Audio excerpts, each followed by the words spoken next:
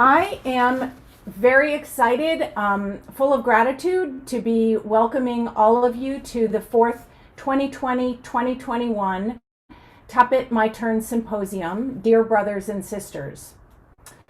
I'm the director of Tuppet. My name's Hilary Binda, and my team is huge.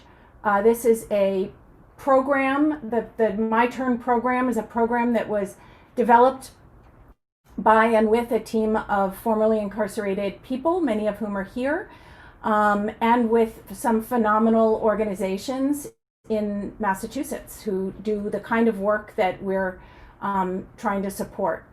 And so I'm going to do that thing where you list people you're grateful for, and I'm just listing a very few. There are so many more, and I hope it's not a mistake, but I do feel I want to acknowledge the organization Partakers, who many of you, I believe, are part of in some way, and particularly Arthur Bembury. I want to acknowledge Project Place, which is a new and wonderful partner for us, and of course, Jim Carey. I want to acknowledge the Office of Returning Citizens in Boston and Kevin Sibley, Dorchester Bay Economic Development Corporation, and Linda Mello. The Petey Green program very much, and Lynn Sullivan, who's also a My Turn development team member, the Elliott Human Services, and Ann Fitzgerald, and of course New Beginnings and Stacy Borden. And I am very sure that I forgot people, but it's a growing community, and I'm just excited to be learning from all of you. So thanks to all of you, our Zoom audience, for turning in on this very cozy night after a big snow with all of our sore backs and biceps, or at least mine. And I also want to thank our audience of people currently serving time. We are recording this event and look forward to sharing it with you as soon as we can. We are all thinking of you, always, and we are especially thinking of you as you are surviving under the additionally dreadful conditions that the pandemic has created for people inside. So we have multiple audiences tonight and multiple speakers. And all of our students or panelists are, I just want to say, improvising. This is not something we really prepare for. We're kind of, in many ways, running a class here. And they improvise so well. And they generously tonight will share their relationships with one another with us. So I want to celebrate all 16 students for their courage in speaking here tonight and for their amazing dedication to transformative justice tonight and as participants in My Turn. My Turn, in its pilot form this semester, this year, is a 10-credit Tufts University certificate program. Half of the students are people with lived experience of incarceration, and half of the students are what we call Medford students, who don't necessarily have, and most don't have, lived experience of incarceration. In our last symposium, we had a different group of Tufts students working with the My Turn students in the course, The Literatures of Justice, which is an American Studies course and focuses on criminal justice and the history of racism in America. This group of students you're seeing tonight are people who helped to create this program. And they worked very hard all summer, and they have developed the curriculum for teaching technology for people who've come out. And so they've been meeting with students as well in a separate class.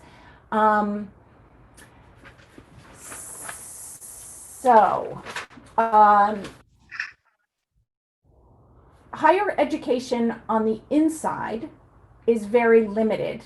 My Turn offers opportunities to students who are doing doing college in prison in Massachusetts when they come out, but it also opens the doors to those students who may not have had that opportunity. And that's been one of the most exciting things about the program, is having people who didn't do college inside working alongside people who did, and learning from people who did do college inside, in addition to the Medford students. So My Turn is run on the Boston campus with literary studies and sociology, with technology and a laptop, intro to coding and website development, and financial literacy. And this is run at no cost to students. I want to thank Tufts University and its Tisch College of Civic Life, and particularly note our phenomenal dean, Alan Solomonat, for funding the pilot and understanding the importance of this program for every single one of us. Of course, the students from Medford and faculty, like myself, receive a phenomenal education with this opportunity to work with My Turn students, as you'll see tonight. So for those of you still behind the wall, we created this program for you. It's here to help you come home to and create a loving community on the outside, and to help link you with reentry support and phenomenal people doing that work in our community, many of whom are here tonight on this call, and many of whose names I just listed. We want you to get in touch with the Tufts University Prison Initiative even before you get out, and let us know you're interested. One thing we all have learned is that freedom is a very complicated thing in practice. When you come out, the rubber hits the road, sometimes really hard. The narrative that you're finally free gets challenged in many cases pretty quickly. For one, it's hard for many of us to feel free when our people, you, are still inside. But just as it can be hard to feel free when you're out, it's possible to feel freedom through relationships and community anywhere. In his short story, Sonny's Blues, James Baldwin describes two brothers, one a musician who's been incarcerated, who's struggled with addiction, and one a more apparently successful older brother or narrator, who is the narrator. And the story is really about the narrator's coming to understand and learn a lot from his younger brother. And he realizes by the end of the story, and I'm going to quote for you from Baldwin, that freedom lurked around us, and I understood at last that he, meaning his brother Sonny, could help us be free if we would listen. That he would never be free until we did.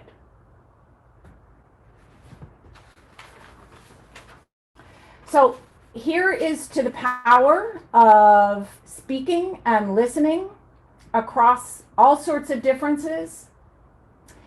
And here's to the freedom that we can find in community.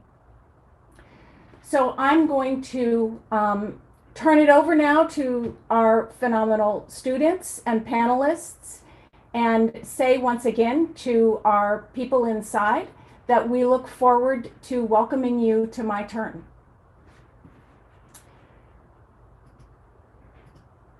And now I will turn it over to and introduce our beloved Alex, and ask Alex to take it away. Thank you, Hillary. Thanks for that amazing introduction. Thanks everyone for being here. It's so good to see all of you, those that I know and those that I hopefully will soon. I think As Hillary said, it's just such an honor and privilege to be all together on this Thursday night. I'm thinking a lot about the amount that I've learned from so many people in this room throughout this semester. Learned about incarceration, learned about your personal lives, both tough students and my turn tough students, and learned about myself. So it's really amazing to be here, and in so many ways, I think more important than ever that we're connecting in these ways and managing to connect over Zoom. So I guess to get things started, I wanted to ask V a question that I've been thinking about for a couple of days now. I know about a class or so ago, we had a conversation about some of your specific experiences on parole. And more recently, you were talking about how being on parole has had very practical and logistical impacts, as well as very emotional ones on your day-to-day life. Can you sort of open things up for us by talking a little bit about what has surprised you about being on parole, and how this has impacted your freedom, both logistically and emotionally, and maybe however else? I know specifically we were talking a bit about that experience you had with your bracelet and the backseat of your parole officer's car. And so I'd love to hear a bit more about that, because I know that from the conversations we've had, you've continued to thrive and succeed in so many ways, and even published 2 books while you were still in prison. So shout out to Devon, for those of you who don't know, and started a nonprofit for youth mentoring. So as much of a badass as you are, I know that parole has come with so many struggles since being on the outside. So I think for those of us who don't know this about you, I think I'd love to hear more, and I am sure other people would too. So yeah. Yeah, peace. True indeed. First, I'd like to give a shout out to everybody in the Zoom. Hey, everybody, how y'all doing? Once again, I feel blessed to be here. According to my history, I'm not even supposed to be a part of this Zoom meeting today, but I'm here through hard work, discipline, and dedication. Peace. So yeah, parole. Initially, when I went to trial, I had no idea what a second-degree life sentence was. I was convicted in 2003 of second-degree murder. I spent the last 18 years of my life in prison, and then 2 years at a minimum. I still didn't know, due to my ignorance, the intensity of being on parole for the rest of my life and all of that entails and all that it comes with. So I came home April 23rd of this year. I went from Bridgewater minimum to my parole office, where I signed some papers and I was immediately given an ankle bracelet. Now, I heard all the horror stories about guys that were on bracelets, on life parole. I even heard some success stories. But once again, the stories I heard could never prepare me for my own reality as it relates to me having a bracelet, and even the way it affects my family. So just to give you a little a history, this bracelet is something I have to wear all day, every day for the next 7 months. I was not aware that as a lifer on parole, there's 3 phases. You have intense, maximum, and there's another one. It's called it's like basically relaxed phase. I just entered the maximum phase as of a week ago. Now, mind you, I had no idea of any of this stuff until my parole officer made me aware of it.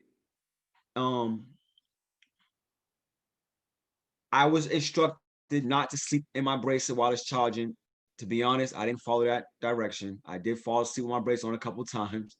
And because of that, I got a shortage inside the wire of my bracelet. I was at work about a week and a half ago. 3 o'clock in the morning, my bracelet dies. My phone rings immediately after. It's the parole people / bracelet monitoring company. They tell me, hey, listen, you have about a half an hour to either go home, or we're gonna call your PO and let him know that your bracelet's dying, because in the next 10 minutes you're gonna go off grid and we will not know where you are. I told him, okay, I'll go home, which I did. I told my supervisor I gotta leave. I went home. Everything was fine. A week later, it happens again. This time I got a call from my PO, and he says, listen, this can't keep happening. It's a Saturday. So now, mind you, we know that the parole office is closed on Saturdays, on the weekends. He said, I'm gonna come get you. What time you get off work? And we're gonna go to my office. I said, it's Saturday. He said, yeah, well, this trumps everything. We go into the office. He changes excuse me, before that, I'm jumping. I kind of got a little paranoid because when he says he's gonna come pick me up, I'm like, did I violate? What's gonna happen? My nerves are going crazy. He comes to get me, and me being free, I'm not in prison anymore. I'm out. I'm working. I'm going to school. I'm doing all the right things. So as I walk up to the car, I go to get in the front seat, and he rolls the window down. He says, "What are you doing?" I said, "Get in the car." He says, "No, get in the back." I got in the back seat, and immediately when I sat down, the doors locked, and there was a plexiglass separating me and my parole officer. That moment, I realized that I wasn't fully free as I thought I was. And I had a whole bunch of raging emotions came into effect, such as the first day I was arrested and charged for this crime, and various other times when I was arrested and sitting in the back of that police car. So that's one story. And then on this note, my lady the other day, she hates the bracelet. Let me just let y'all be aware of this. She says, it's not right. It looks like, like I have a collar on. It reminds her like an animal wearing a collar. We go into different shopping plazas. I have to step outside because it vibrates. My experience has not been a good one with the bracelet, just me and my own internal world. But like Alex said, I do manage to make things happen and thrive because I understand the only reason I have this bracelet on is because of a crime I committed 20 years ago. So peace. That's where I'm at with the bracelet situation. It's horrible. I don't like it, but 7 more months, I'll get through it, and I'll be all right. God bless me. Thank you for that. I'm gonna throw to Joseph to talk about sort of a different angle on this subject. Joseph, you've got sort of this vibe of you act like you are where you're supposed to be. We appreciate the energy you bring to this program. Intellectual pursuits aside, you've already got a lot of college under your belt through the Tuppet program at MCI Concord, which is part of why it's been so rough to hear about what an obstacle to something as fundamental as getting ID has been for you. It's been a time sink, it's been a money sink, it's an ongoing risk of rearrest. It's Kafka-esque. You think you could talk to us some more about that angle? Yeah, so it was, ever since I got out, I've been out like about 6 months, came out in June. And initially I thought things are gonna be a lot better, I'm finally free. I wasn't able to get my identification while incarcerated, as far as like my birth certificate and my social security card. Those were some of the things that I have been trying to work on throughout the years, preparing for, the day that I was finally released, so I didn't have to deal with so many obstacles that I know most persons that are, ex-felons or, going through the process of reentry have to face on a day-to-day basis, with having to juggle the idea of standing in the line. It's unfortunate that I came out during the time of COVID, because it certainly heightens, the risk factors that come with not having identification. Some of the things that are certainly a problem is the possibility of getting arrested if I were to be stopped by a police officer, on my way to school, maybe. He might ask for my identification. And being that I don't even have a birth certificate, I cannot even provide an identification. The closest thing that I have to that is my student ID. But how far could that get me? So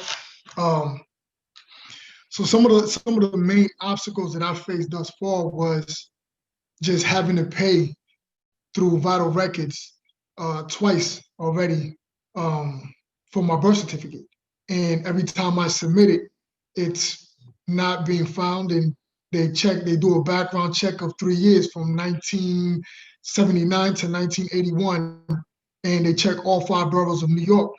It's unfortunate that I was not born in Massachusetts. It may have been a little bit easier, but then again, who knows? What the amount of time that I've been incarcerated, my life being the way it is, growing up in foster care and juvenile custody, probably still will have a hard time finding my identification as far as my birth certificate is concerned. I just recently received packages from juvenile, from DYS, and they barely send me anything. I requested to the Department of Children's and Family to see if they have any records on me. They don't have anything either. And it's kind of far-fetched thinking that they've had me most of my life, my young childhood, that they wouldn't have any information on my identification and where I've been really, So it's really a struggle to think that I was born in the United States and I'm basically unidentified, undocumented. It's a constant struggle. It's a struggle that I still deal with today, with trying to get my birth certificate. I was fortunate to be able to get a replacement Social Security card and utilize that in conjunction with my student ID to try to get some pathway into, having some normalcy. So yeah, those are really some of the obstacles that I've faced thus far. I could also talk a little bit about the ankle bracelet. The ankle bracelet has been, a little bit hectic as well, as far as with V. There's been many a times when I've been inside school and my monitor is going off because the electronic monitoring system cannot detect where I'm at. There's been many times where my battery has so-called ran low when I know I've had it charged for 2 hours and had to run back home just to charge it again. It's constant. No matter where I'm at, it's vibrating and it's telling me that it cannot detect where I'm at. So it really disrupts a lot of my life. Having to go out and then expose myself that I'm an ex-felon, on reentry, and I have a monitoring bracelet on. The thoughts that may go through many citizens' mind is, what is he doing? Why is he, bending down to press a button and hold for 5 seconds just to, although they don't know what's really going on, but it can raise a lot of eyebrows and it makes the situation very uncomfortable sometimes, Cool. Um, Keep going. yeah. So, thank you. There's another thing that I like to say, that I know that a lot of people are completely unaware of, especially guys and women also that are incarcerated, is that if you don't practice how you want to be when you come home, it's going to be really, really hard. There's so many times where you feel like just giving up, but practice the way you think you see yourself when you're free. Practice that now so that when you do come home, it's not as hard. It will be difficult, but at least you have the methods, Joseph, thank you. Thank you for Thank being you. open and honest about your experience here and in class and always, and you're awesome. Thank you. Shakir, we've been talking a lot about, where are you? I don't see you. We've been talking a lot about complications with parole, and I'm interested in hearing from you about your experience as well. I just want to take a second first to say how amazing it's been to work with you. You are out of prison after 30 years and you embrace the world with such joy and an openness to learn and build relationships and educate people through your experience. And I think that's really cool. It's been moving to hear you talk about your experience with parole, particularly in respect to your ability to travel freely. So I'm interested, can you talk to us a little bit about that and whether COVID has played a role in that as well? Yes. First of all, I'd like to thank everyone for being here. I'd like to thank Thomas, who has been a great companion for me in this transition of my life. But what I want to talk about first that's incorporated in the question that Thomas asked me is the pandemic. I think the pandemic limit the fast-paced life I would have been thrust into all at once.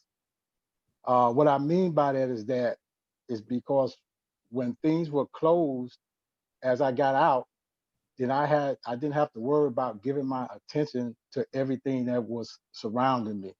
I only need to give my attention to those things that I actually needed to utilize, like getting the ID, like going to school, like finding a job.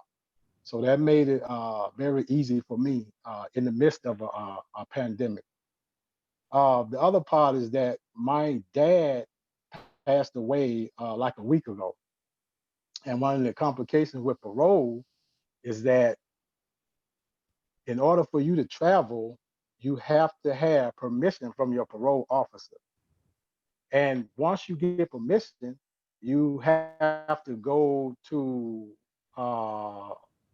like a police department in the state where you're going. And you have to tell them that you're from here, you have this permission from this parole officer. You got to tell them the length of time you want to be in their town, uh, and they ask you a series of questions, everything. But I think all of that's done with, whatever you intended to go to that town for may be possibly already over. So one of the things that really helped me to deal with that was just being reasonable and rationalizing the whole situation. Um, uh, my mom passed when I was in jail, so I wasn't able to attend her funeral. And so when my dad passed, I had one of my aunts call me and she said, "Hey, well, look, you need to come and you need to, to see him and things like this of this nature." And I was explaining to her, I said, "Listen, parole," I explained to her the procedures with parole and everything. And she was like, well, can they just let you go and see him and stuff like that? I said, well, look, I said, I could go. And when I return, I said, I'm going back to prison. And so that kind of woke her up a little bit. And she said, oh, no, don't do that. So, and sometimes in these situations, you have to juggle decision making. And this is where I think that the education that I'm getting through Topic and some of the education that I got previously helps me to set aside my emotions and my passions and use rationalization, because I find that in prison many times people have made decisions in their lives and they'll sit in prison and they'll review those decisions that they have made, and they will say, I should have been patient, I should have did it this way, or I should have did it that way. But at that point in time, it's too late because they already made a decision. So that helped me to make that decision in the middle of the pandemic. Like me to continue? That was awesome. Thank you for And sharing all of that. I think Molly. Yeah, great. Thank you okay, so much, Shakir, for sharing that experience. you're welcome. I think we're gonna turn to Arlise, who is somebody who I have gotten to know particularly well over the semester, and someone who I genuinely have a lot of respect and admire you, Arlise. So I'm just gonna talk about, or she's gonna talk about housing, which is something that a lot of people have been struggling with reentry. And so like the ability to find safe and affordable housing is a real struggle because the availability of Section 8 housing or federally subsidized housing is it's basically unavailable to anyone with a felony conviction, and it's very hard to keep even if you had it before a period of incarceration. So there are a couple of other options, like some kind of transitional housing, which have other issues related to them. So I'm going to pass to Arlise to talk about her unique experience with finding Thank you, housing. Molly. Thank you, Molly. My experience has been So in 2009, I applied for housing, Section 8 and housing in the Brockton area. That was in 2009. The waiting list at the time was 5 years. This week on Monday, I just received a letter that I've come to the top of that waiting list, and it took 11 years to get there. And but right this second, I'm living in transitional housing. But when I got home from prison, while I was in jail, I wrote to programs. I got accepted into a halfway house. When you come home, I suggest that while you're still inside, you do these researches if it's available to you, to get these housing information, these halfway houses, these sober houses. If you're not coming home to family, start writing the letters before you are up for parole, so that you can get accepted into somewhere, because housing is tough. It's taken me 11 years to get on, to come up on the waiting list that I was on for all these years. And my experience has been like living in halfway houses. If you can't afford to pay the rent, you have to give them your food stamps. Um, my first halfway house was like that. I'd just been released from prison after a year, and I didn't have any money, and they made me apply for food stamps, and they kept the food stamps that I applied for to help feed me, which I can say I understand that, but that was my only source of income. Um, Today I live in a transitional house. I pay rent. I pay rent monthly, but I still have to sign in and sign out to come in and out of the house. So in some ways, like Devon said, we're still not free, Um, there's still someone who watches over me. Even though I've been out of jail for 15 months, I'm still on probation. I still have to check in. And I live here and I pay rent, but I still have to sign in and out as to where I'm going, and follow a curfew here. So that's all I have on that subject. Thanks, Molly. As a small follow-up question about that, I wanted to ask Yes. about your specific experience with gender and housing, and if you have anything that you would say about your experience as being a woman trying to find housing or living in transitional housing, or anything that you would like to say about that. I think, there's not enough housing for women. Um, when I was looking for housing, when I was coming home, there was more places for men than women. So it'd be, there's people, I know there's Stacy Borden is looking to open a home. There's people trying to get these homes open for women, but right now there's more availability for men than women. And so like I said, if I was in prison and I was speaking to anyone who's still inside, start writing those letters to those places, because there's not that many of them out here for us. And I have a question for you, Joseph. I know you were in the same situation. Your situation is a little bit more different than mine. You came home to family and then you moved to a different facility. And I know that was a rough experience for you. And I just want to know if you want to talk a little bit about that, and if there's any advice you'd give to anybody inside. Yeah, thank you, Alice. It's interesting because it was certainly a rough experience after, so many years of incarceration and growing up in foster care, coming home to family that I haven't seen in decades, really. Granted, it was while incarcerated that I met them again. Redeveloping a relationship with my family was tremendous. And then coming home to them was great. The transition from being with my family and having to go to another facility, specifically the Brook House, one of those programs that are under the CRJ, the Criminal Resource for Justice. It was like being incarcerated all over again. And I would say after 20 years of being incarcerated, and some of the prisons that I've been to were not ideal, very much like a movie or a TV show.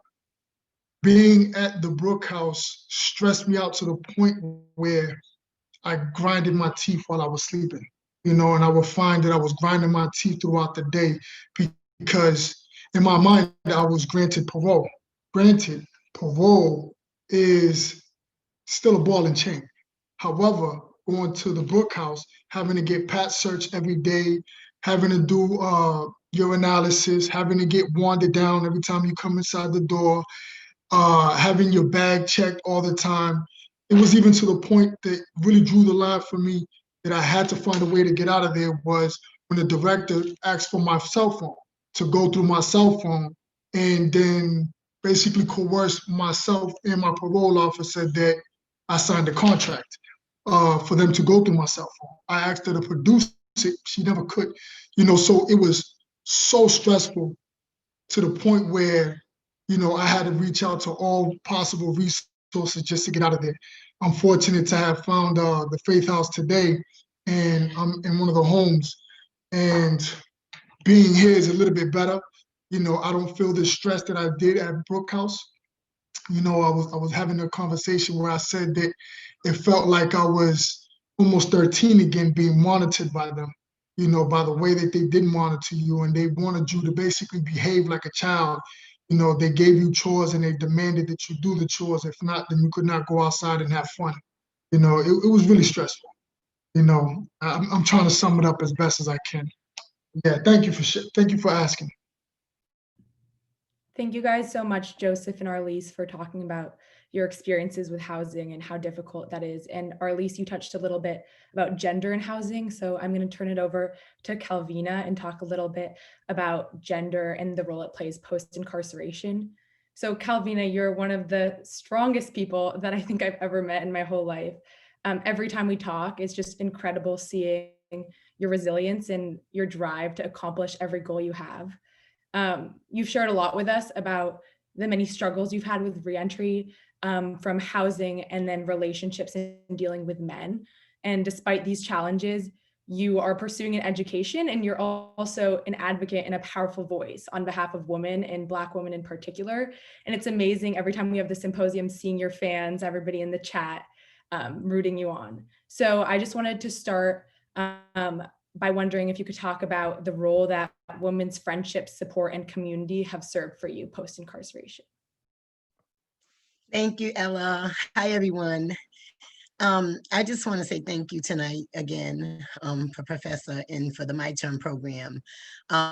This transformation for me is amazing. I never thought in a million years I would be sitting up here. The relationships that I have built being in My Turn, the relationships that I've had to let go of, it was tough.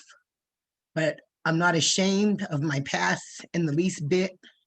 I don't have to be ashamed. I've been in and out of prison my whole life. And I just want the ladies inside to know that nothing you've done, you have to be ashamed of it, that there are chances for you out here. As you can see, I'm sitting on this piano tonight. These men up here, they are to me the most bravest men that I have met in my life. The men that I'm used to, they are nothing like the men I'm used to. And they just give me so much courage, so much strength, so much hope. You know what I mean? These students, these Medford students that come into my life, I see myself all over again as a youth. I know that it's possible. And I just encourage anybody that's on the inside, like Arlise said, there's plenty of support out here. I found Families for Justice as Healing. I was lost. I was hopeless. I didn't have no direction in life. I didn't know. I was sitting in there with Aaron Hernandez, no direction. Didn't know where I was going. You know what I mean? I found myself. I found myself again. It's possible. It's very possible. I did, when I got into my term, I was facing a situation with my housing, but as you can see, I just got an apartment. It passed inspection last Friday. God will work things out in your life. Nobody has to be ashamed of what you've done in life. Nobody has to be ashamed of what you may still face in life. And I just want to congratulate, I see her on here, another milestone for Families for Justice as Healing, that Dante is going to be free. And it's just amazing to me. When we fight, we do win. I am truly blessed to be in this program. I am truly grateful for this program. I am looking forward to forwarding my education next year at Bunker Hill. God willing. And I am writing my book. Today is my grandmother's 42nd year of her death. I just finished that chapter of my memoir, and it's a little emotional for me today, but I'm here. Shakir, my condolences to you. To everyone on this panel, I appreciate you all, and I thank you. Thank you so much for sharing, Calvina. I would just say your optimism and your energy in the way that you engage with everyone in this class is so instrumental in the community we formed. So thank you. And just following up on the theme of gender and post-incarceration, I wanted to ask Marie if she might share a little bit of her experience with us. I think we've talked a lot about in class, and I think we see a lot in the media and things we read about women who spend time in prison suffering a lot more in many cases because it means separation from their children and their families. Motherhood is something that's really defining for a lot of people, and to be separated from your family in that way is really harmful for both a mother and a child at formative stages of development. And that I think is one of many ways that prison is experienced really differently by men and women, and women just experience this extra layer of trauma. Marie, you shared with us in our class about being back with your daughter and living with her again. Is there anything that you might want to share about that process, about being a mother before, during, and after incarceration, or anything that you might want to share with mothers or women inside about that?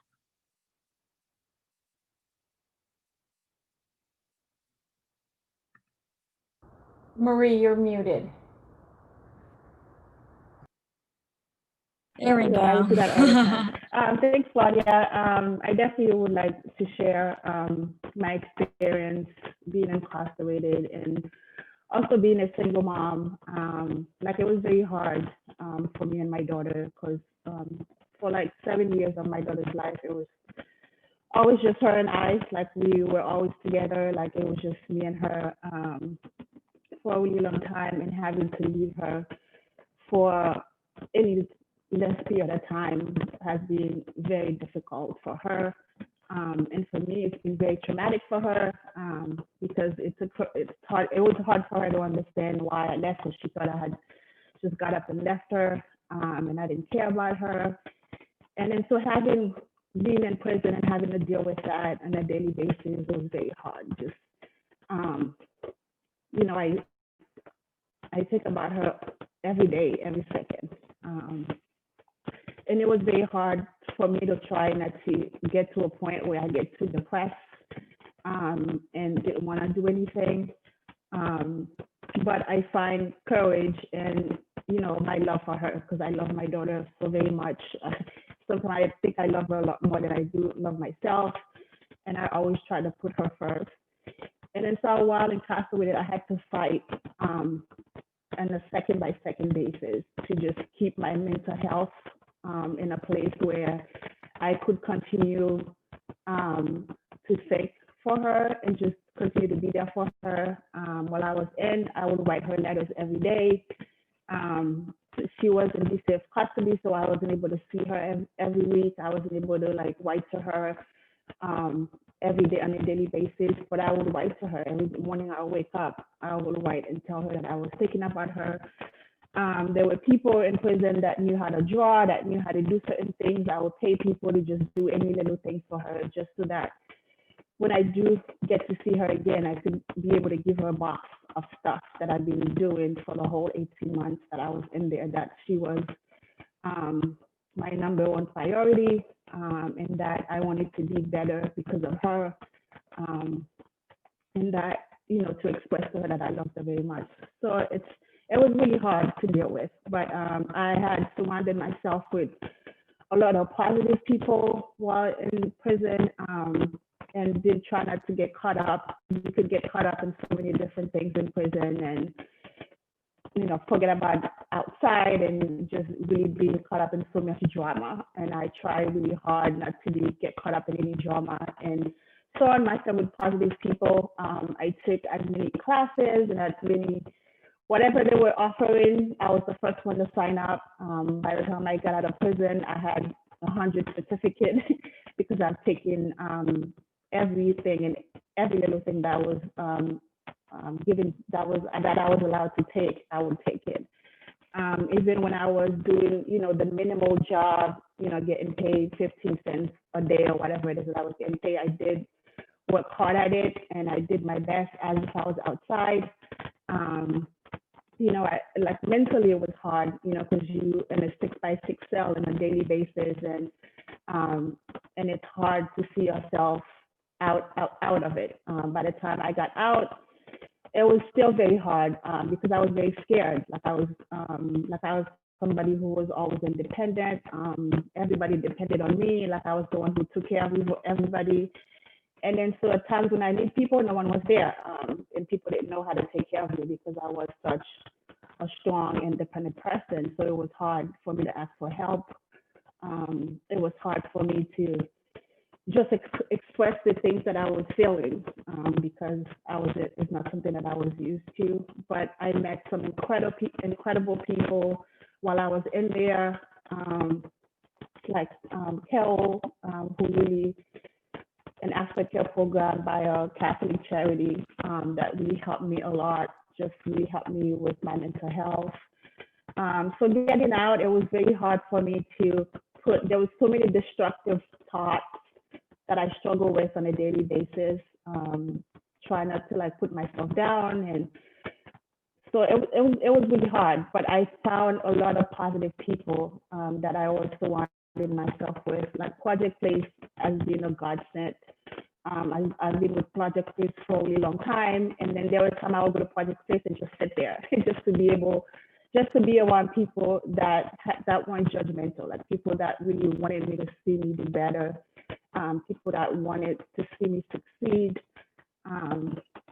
So for people that are inside, my advice is to just really, if you have kids, just keep your kids in your forefront on a daily basis, because you have to fight for them. They're young, they're little, they don't know anything, and we have to make the decisions, and we have to want to fight for them on a daily basis. And there's so much, negative in the world, even when you get out, and it's hard for me to not allow other people in their negative thinking or their negative view of me, because I've been incarcerated, not to just keep me in that 6x6 box, because so many people, society sometimes wants to keep you in there, especially if you're Black.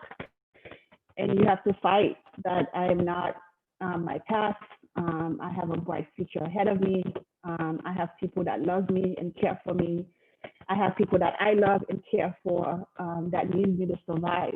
I need to, you need to think about surviving for your kids, for your family, for people that love you. And I'm grateful to have been part of this class. And just to see that there's so many people that, like the professor, that wants to see us succeed and are fighting every day. You know what I mean? I get calls and texts every day, just encouragement. And it's hard for me to accept that because I'm not used to getting help. So this is something that I struggle with every day. Is to ask for help, but I fight through it. And I ask for help. And then when I do ask for help, I am amazed by how many people are willing to help, how many people are willing to lay a hand. You know what I mean? I was moved into a new apartment and had no furniture. I've lost all my stuff being incarcerated, and I had nothing. My daughter had nothing, and all I had was just my clothes.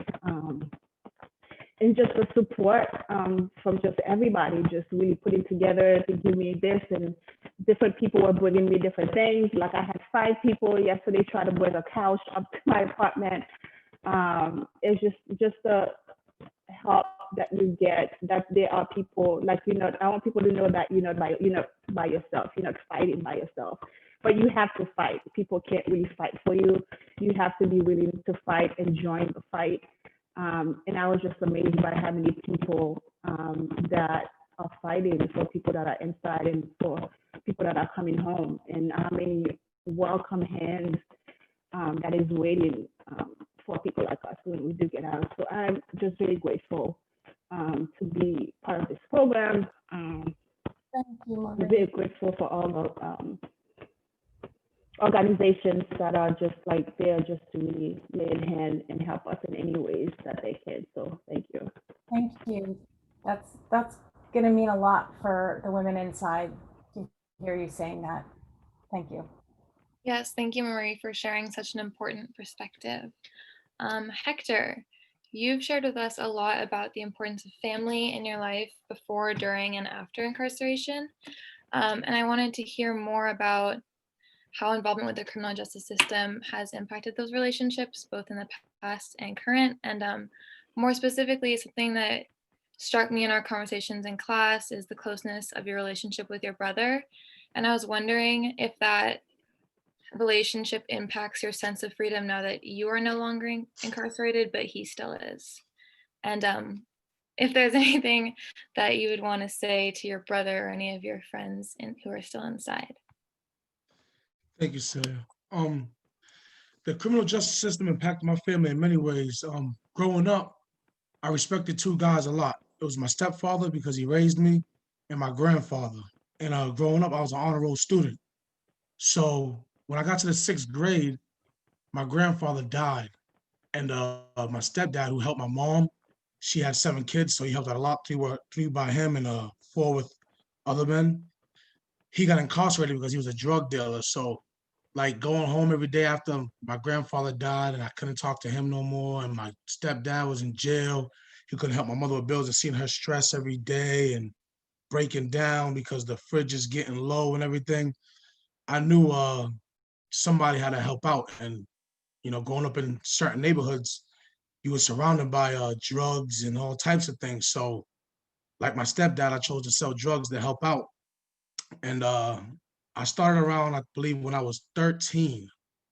And I was selling crack cocaine to help out my mom with bills, clothes, food.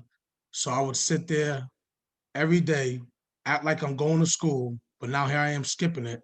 I went from getting perfect attendance awards, honor roll awards, school spirit awards, to not going to school at all because all day, every day, I'm just selling drugs. And as time went on, it just became the normal to me. So here I am in this neighborhood selling drugs, and without verbally saying that I'm rolling with these guys, I knew at the same time I was. So I also picked up a lot of like street gang problems. And because of all of that, I kept getting situations with police and getting harassed by the police. So fast forward, I end up in a federal prison. And because of that, it was like a domino effect, because as I looked up to my stepdad and my grandfather, I had 2 younger brothers who looked up to me. And once I went to jail and was no longer able to provide for them, they followed my footsteps and ended up doing the same thing. Going to jail, selling drugs, getting into gang violence. And like, it kind of like broke down the family a lot, because me and my 2 younger brothers was like the life of the family. Like whenever we came, everybody was always happy. So here we are, always in jail now, and we're hardly seeing our family. It took a toll on both my oldest sisters, my youngest sister, who basically grew up with us, because by the time she was born, my 2 older sisters moved out and my older brother was in college. So all she had was her 3 brothers, and we were always in and out of jail, in and out of jail. So I'm in federal prison, and I'm doing 8 years and 6 months for 3.5 grams of crack cocaine at the age of 19, and I'm not old enough or wise enough to understand the impact it was going to have on my life at that time. In my mind, I'm just thinking, oh, it's whatever, I'll be home soon. But now when I think about it, it's like I look at everything I've done and gone through with this justice system that we call it, and I feel if things was done a different way, I could have at least reached out to my brothers and shown them a different way, instead of sitting here thinking that it's all right for them to still do the things that I've done while I'm in jail. Because no matter what, it's just gonna be all right. Taking care of the family, it was the wrong way to go about it. I don't feel like the justice system helped me in any ways when they incarcerated me or my brothers, because they gave us nothing to give back to society, you know, so it had a big effect on us. And as far as my brother still being in jail, it bothers me a lot because I gotta talk to him every day on the phone. And you know, because of Corona, he only gets a certain amount of time. So it's usually like a 5-minute call now. And it's tough because at times, I mean, I have bad PTSD when it comes to jail. So it's like, it'll be times where I hear on the phone, it'll say 1 minute, and it'll just give me that flashback of like when I was back in there. And I'm like, damn, you know, it'll hit hard, you know? And it just never makes me feel free because I don't have my brothers no more. My youngest brother, he got killed. My other brother, he's in jail doing 15 to life. So it's like, I don't have them no more. Like, I grew up with them. I did everything with them. I no longer got them. They're gone, you know, not gone, but they're just not here. So at times it makes it real difficult because I give anything just to have them back. And now with the sense that I got, and because of, you know, the help through Tufts, Hillary, and all the Medford and students and everybody, it makes me see things in different perspectives. You know, I try to tell my younger brother all the time when he's in jail, like, you know, when you come home, bro, you just got to pursue education, take care of your kids, you know, because he has a stepson, but he calls him his son and a daughter, and he loves them deeply. I know he does. The way he talks about him, how he laughs and smiles. I try to just show him by me going to school and telling him the effect it has on me that is a different way instead of coming home and doing the same, you know? So that's what I feel as far as the effect of my brother still being in jail has on me. And if I could say anything to my brother, I just tell him, you know, I love him. I miss him every day, and I promise to continue to, you know, help raise his son, his daughter, our nieces and nephews, take care of the family, and to better myself as a person so I can continue to show him there's another way. And all my other colleagues in jail, associates and friends, I just tell them, just don't sit around, man. Don't sit there and be content. Don't sit there and watch TV because they're giving you cable now. Don't sit there and just listen to music because they're giving you, what is it, MP3 players now. Like, get up, read and write, pursue education, because at the end of the day, if you don't got none of that, you're gonna come home and it's just gonna be a repeated cycle. Like, I learned that through Hillary and everybody else. Like, education is key. I really believe if they give it to prisons, more education programs, because there's not much, especially in county jails, people will come home with a different outlook on life, a different aspect, a different meaning. You know, they wouldn't want to go back to those same street corners and individuals who's still condoning in the negative lifestyle. So that's basically what I would say. Thank you very much. Thank you, Hector, for sharing all of that with us. I've learned a lot from you this semester in class, just talking to you about different things. And I really appreciate how openly and honestly you always talk. So thank you. Speaking again of adjustments to returning, for many of you, learning how to use new technology has been a big part of your adjustment process. And so I wanted to ask you, Rahim, you've talked about having a light bulb go off about taking advantage of programs of opportunities. So can you talk a little bit about the significance of learning some more technology skills? Like, how has this been useful to you personally? Yeah. First, I want to say hi to everybody and thank you. I'm grateful for my turn. So when I started my turn, I wasn't sure if it was for me. I was like, I didn't know what to expect, but I knew that to take this opportunity and to do the best that I could do with trying something new and trying to actually, you know, believe in myself and that there are people who want to help you and who want to see you succeed. So with my turn on Tuesdays, for me, it was more reading, more writing, more classwork. And the Saturday class was more technology based. So the fact that, you know, they gave us a computer, like I didn't have a computer. It's really hard to fill out a application if you don't have a computer. It's really hard to do a lot of things if you don't have the tools. Before Corona happened, I was a chef, and one of the things I learned as a chef is you have to have the tools for the job. You can't fillet a fish with a hammer. You know what I mean? It's going to be really hard. So with my turn, the fact that it was, the technology based, nobody wants to do something that you tell yourself you don't want to do. I don't need to learn how to use Microsoft Word. I'm never going to write a story, blah, blah, blah. So get that out of your head, like be open to learning new things. The technology class, when we had to do Microsoft Word, we had to make a PowerPoint. There was a lot of things that I was just like, okay, cool. And for me, I'm an artist as well. See some of my artwork. And I got a lot of help with the class. Even the people in the class who didn't help me at all with the process of filling out this application for this gallery. It was hard. If I had to do it by myself, I would have gave up. I wouldn't even have the tools to start it. So I'm very grateful for my turn with this opportunity, because Celia helped me, Professor helped me. We're filling out all this stuff for this gallery, and I got I got an email a couple days ago, and they accepted me into the Fountain Street Gallery to show my artwork this July.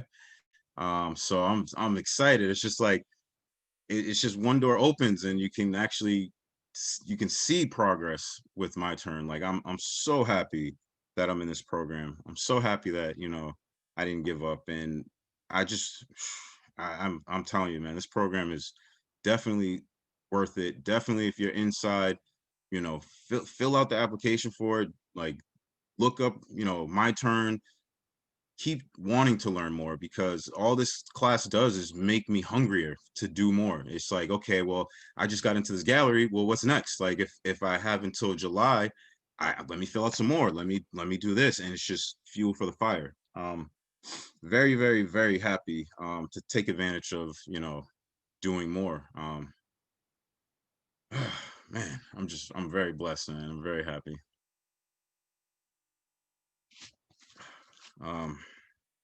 Yeah, and the students are amazing, because I didn't realize that they had to do an application process to get in. I didn't realize that the students were working all summer to help build the program, putting in hours that you guys didn't get paid, and you guys aren't getting the recognition. And that's why I'm saying it now, because I appreciate you all. I'm amazed. I was like, whoa. So it wasn't they just filled out for college and this is just a course they have to take. This is something that they wanted to do. It makes me happy to come to class and see the students that want to be part of a change, that believe in that there can be a change. Because I was telling my professor, I practice looking at problems like Neo in the Matrix. No, I don't accept that, and there has to be another way, and I'm not going to allow business as usual. I want to open my own gallery where I'm not taking 50% of the artist's work. There has to be another way, and I will find it. And I'm just so grateful every day. I love coming to class. I love it. I would never miss a class unless unless something really bad happened, which I'm so happy that every day it's just good things. I'm just really happy. Thank you, Rahim. I think it makes us all very happy to hear you say these things. And I was wondering, since we're nearing the end of the symposium, if you could maybe share briefly with us something you would like to offer to people still on the inside. And can I also just remind everybody that we were just going to open the floor for all of the My Turn students to speak to the people who are still inside. So Raheem, start us off. Sure. So with my artwork, I don't sign the front of it. I don't want to take away from the image. So I put quotes on the back. And I'm always looking for something that's that just speaks to me in that moment. And I found one today. Discipline will take you to places where motivation can't. So if you're going to practice what you preach, if you want to change your life, if you're seeking a different path, then you have to do it. You have to fight it, every day. You can't do it one day and then the next day, I'll take a break. It doesn't work that way. So take advantage of the opportunities. just asking is half of the battle. Like, I didn't know what the process was to get into a gallery. Like, filling out the paperwork, reading it, doing the work is more important, because maybe I don't want to do it. You know, maybe maybe there's a different way. Maybe but knowing and doing it is very powerful. There's power in that. You cannot take away knowledge that you learn. You know, you can take away your freedom, but you cannot take away what you learn. So keep learning, keep pushing to learn, and that's the most important thing.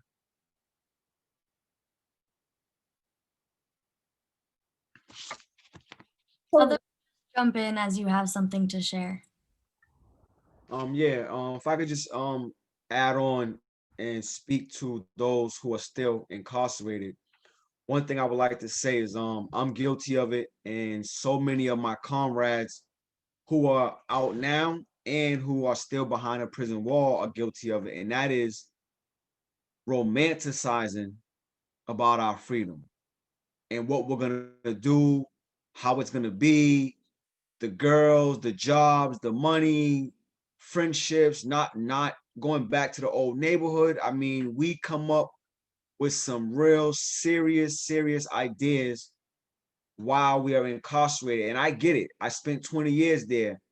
And prior to that, I spent 2.5 years there. And prior to that, I spent 10 months there. So I get it. I spent a lot of time behind that wall. But one thing that was a harsh reality for me, all the great ideas that I had prior to me coming home, a lot of them I wasn't ready to implement and actualize once I was actually out here in society. And that's because I never had a chance to fully deal with my internal emotions, my internal baggage that I was carrying for all these years, over 30 something years. I never dealt with that piece. I mean, I dealt with a lot of the anger. I dealt with my mother being on drugs. I dealt with my little brothers following my footsteps, but I didn't deal with the wounded inner child. There's a child in me, the young kid who never had a chance to be a kid. So what I'll say is, work first, if you can, on your internal world. The issues that you came to prison with, the very issues that brought you to prison. Your crime is only a small part of what brought you to prison. That's the very small part. The bigger part is the internal world, the things that we don't deal with, that we suppress. So I will say once again, deal with that world first, and then think about your ideas, your goals, your determined agenda and all that, but deal with your emotions first. Peace. I just want to say to my sisters and my brothers on the inside, your life doesn't end in that cage. Get active while you're in there. There's so much support out here. There's groups out here. If you have mental illness, there's therapy out here. There's counseling out here. I'm in a million groups. I'm not ashamed to say it. I ain't ashamed to say it. I'll tell you that. There's so much groups out here. Don't wait until you're ready to come home to get active. Get active now. There's school out here, as you can see. Even if it's high school, there's GED classes out here. There's everything out here. Don't wait until the last minute. That's what I done, and I was lost. You don't wait until the last minute. You get active. There's support all around you. There's people that go into the prisons. There's people that go in there. There's someone for everyone. There's one person, I read it. I love my favorite book, Centoya. There's an eye that sees you everywhere. There's one eye on you at all times. She said it in her book, Centoya Brown. There's an eye on you at all times. At least one person with their eye on you at all times. And that's my favorite book that I've read so far in the readings. But that's what I want to leave. Your life doesn't end in that cell. It does not end there. You don't have to go back there. You don't have to go back. There's resources out here. You know what I mean? We're going to be out here waiting for you. I'm going to be out here waiting for you to mentor you all when you come out, just like they mentored me when I was lost. And that's what I want to leave you all with. We love you all. And I had an amazing night tonight. And I just really feel the growth in all of us. Thank you. Yeah, I just would like to say one thing before we move on. You know, Calvina has said it, you know, there's a lot of support out here. You know, the support isn't what we would hope for it to be, but certainly the support is there, you know, and you make your phone calls, you depend on people, you know, despite what anybody would like to say about you, you know, it's important that you reach out, because if you don't take advantage of that, you're just going to find yourself all in the trap all over again, you know, and if you don't know how to ask for help, you know, just one quick hello and this is what my problem is, you know, that's a form of asking for help, because people are going to try to figure it out to make sure that you don't go back in, because nobody wants that, and it's a reality. You know, recidivism is at a great rate, and you need to try to minimize that as best as possible. You know. Yeah, I was gonna Yeah. say a couple words. Um, to everybody inside that's embarking on the journey of seeking a higher degree of education and knowledge, I understand the internal battle, and I read somewhere a long time ago, but I can't recall where, but it said all progression in life is due to the unreasonable man. And I think that's something that everybody has to decide, whether or not you want to go with the flow of the ocean or you rather make the ocean flow around you. So just keep in mind, patience is key. Patience. You learning it now, learn to adapt to it no matter what, whether you want parole, whether you're free. Speeding is not the right way to go. You know, travel at your own pace. Don't let nobody direct you in any other way, any other way outside of your moral compass. And last but not least, I think in total, everybody that participates in this program wants everybody to genuinely do good. There's no hidden agendas. So when you gravitate towards it, just gravitate towards it with open arms and receive your blessings.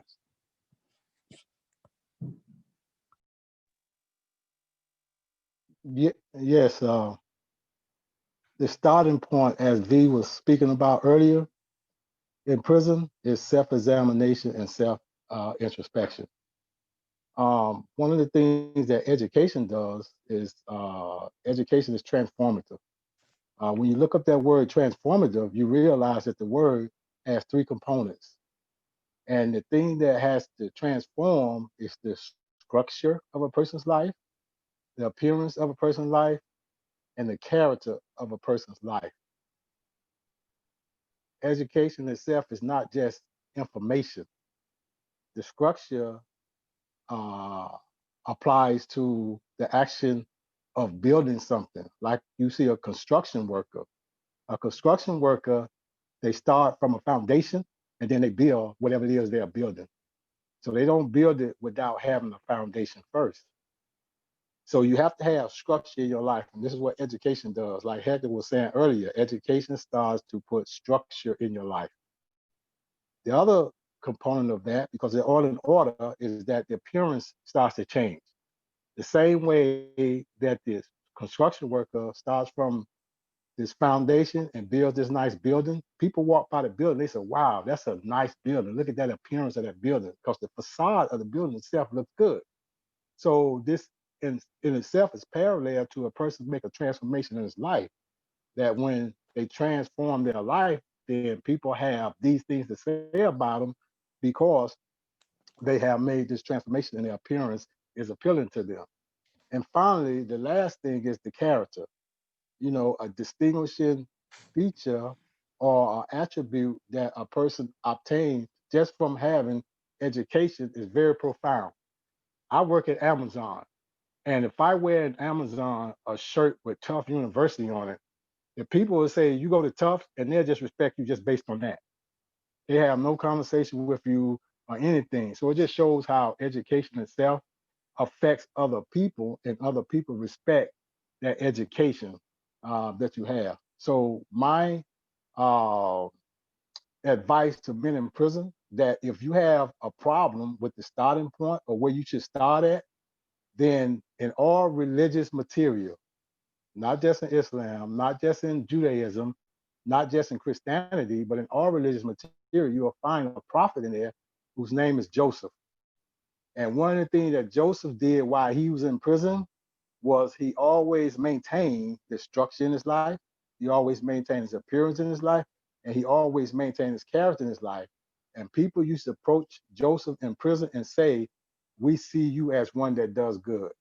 When you get to the point that people approaching you and they're saying that you are one that does good, understand that you're on the path to change. That's all I have to say. I got one thing to say. Um, to all you guys in jail, when I was there, back when I was young, growing up, I always thought being bad was the one who took no shorts, or the one who fought every day and didn't back down from nothing. I'm letting you know right now, man, that doesn't make you bad at all. Like, you gotta look yourself one day in the mirror and just say you want to change and come home and do it.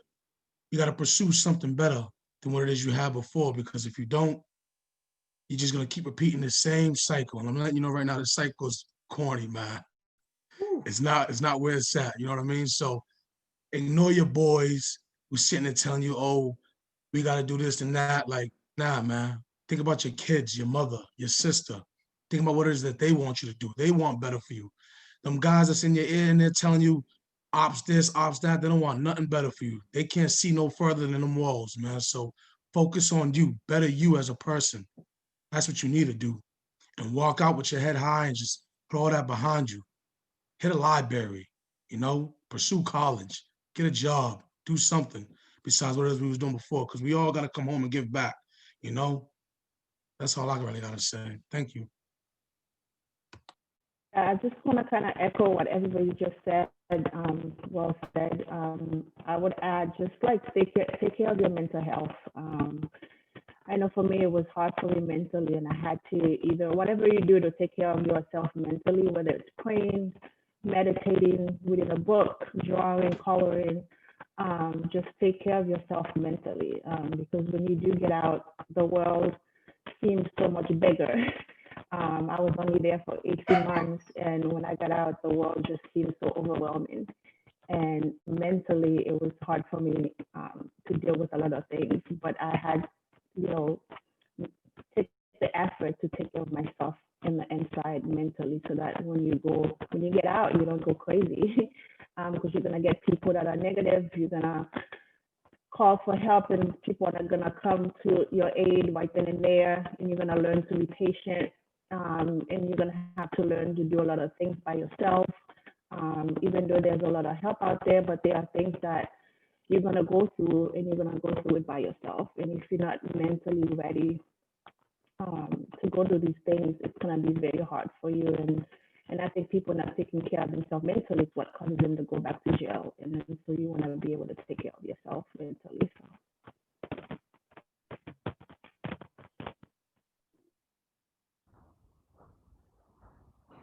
So Arlise, do you want to finish off? Yes, I will. I just want to say to all the women and the men in jail, first, keep your head up. Second, if you can, start the reentry process now. Go to the groups, do something different. Do something that's uncomfortable, you know? You don't have to come back to the same life you had before prison. Come back and make a change. And that's all I gotta say. I just want to thank everyone so much for sharing. We had intended to leave time for questions, but I want to respect people's time, especially this week. So I'm going to put my email in the chat, and maybe other panelists can do the same if anyone wants to reach out separately after. I'm just processing and reflecting, and so thankful for our My Turn community. The way that this class has come together as a community and not just a group of peers or students is just amazing. And that dynamic facilitates conversations that couldn't be had in any other setting, and conversations that are transformative for both the My Turn and the Medford students, and I hope for everyone else that came tonight. I just value the relationships that we've built so much, and it will never feel like enough time together, especially as we're doing this important and really critical thinking together. But I just feel so lucky to be in this environment and to be learning alongside people that I look up to so much in your mentorship abilities and how you think about class content and just your strength in every obstacle that you face. All of you tonight just really show how you move ahead with optimism and grace and confidence every single day. And the humanism and the empathy that's centered in this program and community is something I really value, but have grown from, and is just this illuminating force in my life. So thank you to all of the My Turn and the Medford students. And Hillary, you are so devoted to this course and this program and group of students, and it's evident in the way that you engage with the content and the students and our assignments. And I know I tell you this all the time, but you and this work invigorate and just redefine meaningful for me. And so to be taught and inspired by you is such a blessing. You are one of the only professors I've had at Tufts that's really demonstrated how knowledge and education can be power and not just words on pages to read and memorize. I think everyone here and all of your students can attest that you just provide a learning experience unlike any other.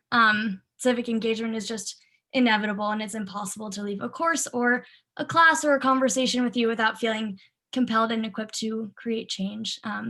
So just as a professor and a director, you are clearly a part of upholding this mission statement of Tufts and catalyzing really critical change. So thank you. And then just thank you to all of our sponsors for making events like this and our program possible. Our partnerships with the Tufts community and departments are just phenomenal, and we're so grateful. So thank you everybody for coming and creating a space where we can just share stories like this and spread the practice of relational and reciprocal learning that's so critical to our My Turn mission. And finally, I just want to remind people that our class is developing a video and a podcast soon throughout winter break. So we'll hold symposia events similar to this one, but also look out for those. Again, we put our emails, so stay posted. And if you want to get on our email list for the website or the podcast or any future events, let me know. We have a new website that'll be live by the end of January, where we'll post more updates and recordings of this symposia and the ones that we've had the rest of the semester. So thank you, everybody. Have a wonderful night and holiday season, and we will see you next semester. Just quickly, a thank you to Claudia. Thank you, Claudia, for all of your leadership with students, with all of the students here, and your partnership running Tubbit. So. And can I just say one last thing? Today at 12 o'clock, I had a wonderful Instagram live with a nonprofit. They subcontracted me to come work as a mentor. I hope some of you guys can go look at it. If you want to, it's called FAM, FAM, but on Instagram it's we.fam.now.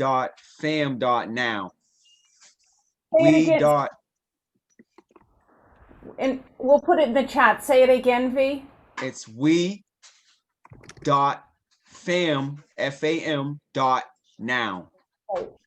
Thanks. It's great. I would love for you guys to go check it out. We had a lot of good feedback. I'm just so happy that once again I have the opportunity to take my mentoring skills and give it to someone else. So thank you. Thanks everybody. All right, thank y'all. Thank you, everybody. Thank you.